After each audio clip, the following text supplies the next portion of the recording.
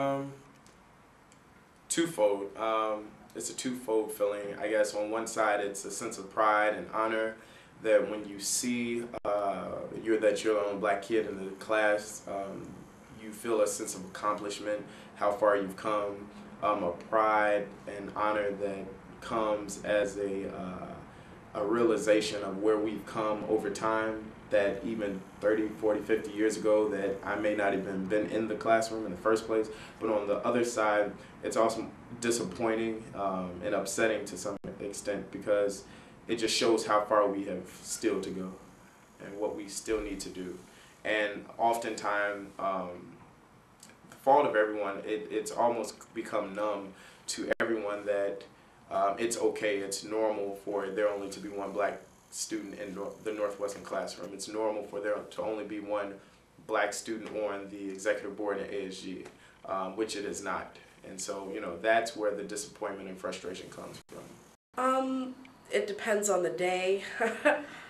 Sometimes you're walking down the street and all you're thinking about is getting to class. You have other things on your mind. Race is not some, issue that is on your mind all the time. You're not walking around like, oh, this sea of white people.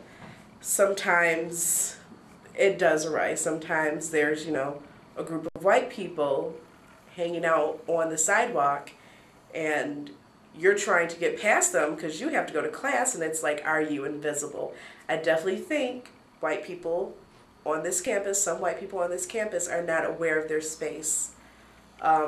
They do feel that they own this space and they do not have to move. They do not have to recognize that there are other students, and specifically it does disproportionately affect black people. They feel that they don't have to move. Yet if there's a group of black people hanging out, either they have to move or it's like, well, steer clear of this congregation of black people. I think it does make it cooler though, like when you see another person, that other black speck of pepper in a sea of salt, you just like, what's up, you know what I'm saying? Like, you say hi, Like, I think it further, solidifies our unity amongst, amongst our people. It's hard. I don't feel like I should be the only black face I see in my classroom. I mean, it just really goes to show how not as diverse. Northwestern is not as diverse as you think it is. I shouldn't have to be the person in class that people turn to when they have questions about the African American race. I mean, it is our job, kind of as a minority, to help people understand your race, but I shouldn't have to do it all the time.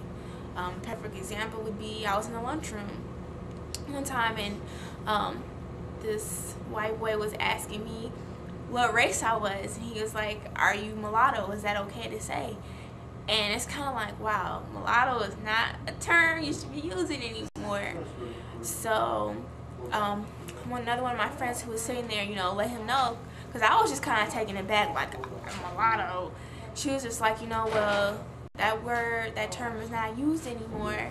So it's just mixed, or, just ask the person, like, what race are you or whatever. Like I said before, it kind of feels like I have to represent an entire community when I'm in a class or walking down the street. I can't do too many things because then they'll be like, oh, the black people in Northwestern are reckless, things like that.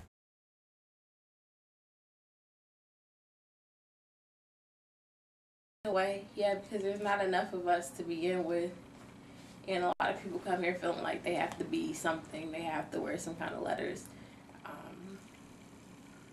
I feel like it ends up breaking the black community up because not all Greek people here, but some Greek people here are wearing letters for the wrong reasons. Because if they were wearing letters for the right reasons, they would be doing what they could to bring our community together. They do really good work in like Evanston and within their organizations. Like, they get national awards and stuff, and that's great. But like, call me old-fashioned. Like, I remember back in the day when black Greeks played a bigger role in like a more constructive role in the black community instead of just being this overarching presence. I think the fraternities and sororities, I think they play a major part in splitting up the black community, which is kind of sad. Instead of being something that uniting brings us together, it seems like something that's kind of sows discord in terms, you know, if you join a certain fraternity, then the other brothers and other fraternities will turn their back on you, or, you know, it's sometimes they tend to be manipulative to only want to talk to you or cater to you to get what they want, which is to join their fraternity, and then you don't. Then you see the change in people's personalities. But I mean, I can understand with, you know, especially black males, it's only been a certain few, and you try to get as many as you can into your fraternity, but I think it makes the black community real cliquish, and it brings division, among an already small group on campus.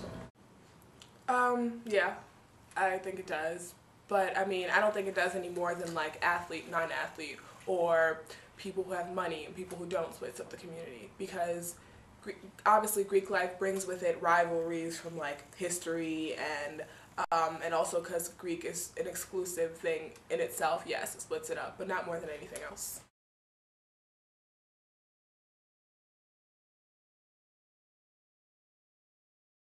Like, you definitely don't choose to go here because there's black people. Not at all, not at all. I didn't come here for the black people. I came here for my education. So, is it a perk to have people who look like me? It is. That's who I feel comfortable around. And I never thought about, race to be the decider, the decision maker of where I went to school. I definitely chose this school because of what it was going to offer me academically and for my future.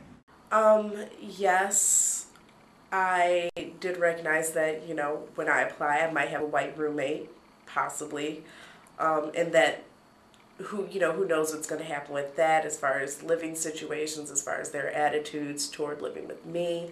Also, I was concerned about just social activities, who are going to be my friends, what ideas about myself was I going to have to negotiate to basically survive in this type of atmosphere.